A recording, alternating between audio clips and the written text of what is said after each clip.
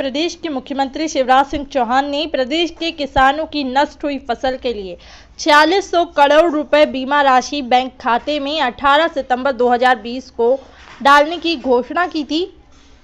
विधानसभा सिवनी मालवा तहसील में किसानों के खाते में बीमा राशि डालने की जो सूची आई है, वह सूची में गांव के प्रत्येक किसान के नाम शामिल हुए हैं एवं कई दर्जनों गांव में भी शामिल नहीं है। जबकि पिछले वर्ष 2019 में अतिवृष्टि के कारण फसल खराब हुई थी। उस समय प्रदेश के मुखिया ने कमलनाथ के द्वारा सर्वे कराकर सभी किसानों के खाते में मुआवजे की राशि डाली थी।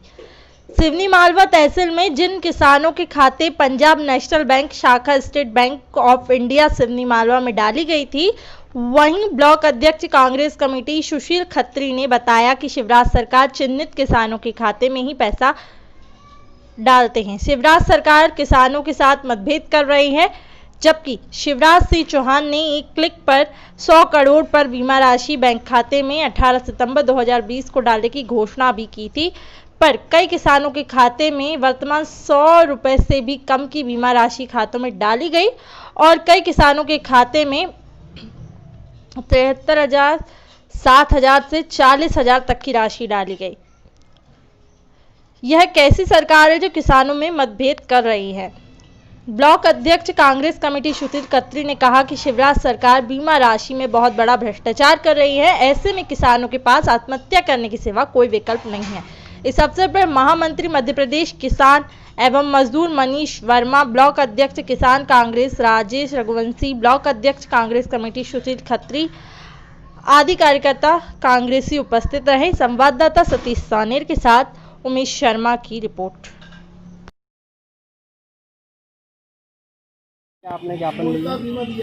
देखिए, भारतीय जनता पार्टी की मध्य प्रदेश में सरकार है और यहाँ प्रदेश के मुख्यमंत्री शिवराज सिंह चौहान जी ने ये घोषणा की थी कि हम किसानों के बेटे हैं और किसानों की समस्याओं को हम अच्छी तरह से जानते हैं। और उन्होंने 4600 करोड़ रुपया बीमे का किसानों के खाते में अतिवृष्टि के कारण जो नुकसान हुआ उसमें डालने की घोषणा की थी।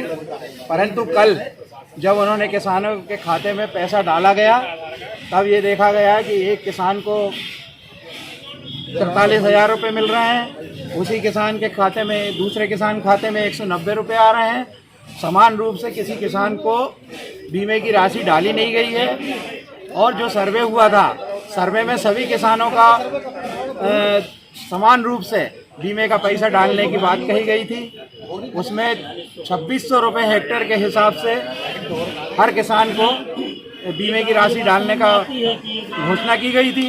परंतु इस प्रकार से समान रूप से बीमे की राशि डाली नहीं गई। और इसी उद्देश्य को जब हमारे कमलनाथ जी की सरकार प्रदेश में थी, पिछली बार जब अतिवृष्टि के कारण उन्होंने सारे किसानों का सर्वे कराकर और मुआवजे की राशि सभी किसानों के खाते में डाली थी। लेकिन ये भारतीय जनता पार्टी की सरकार ने किसानों के साथ छलावा किया।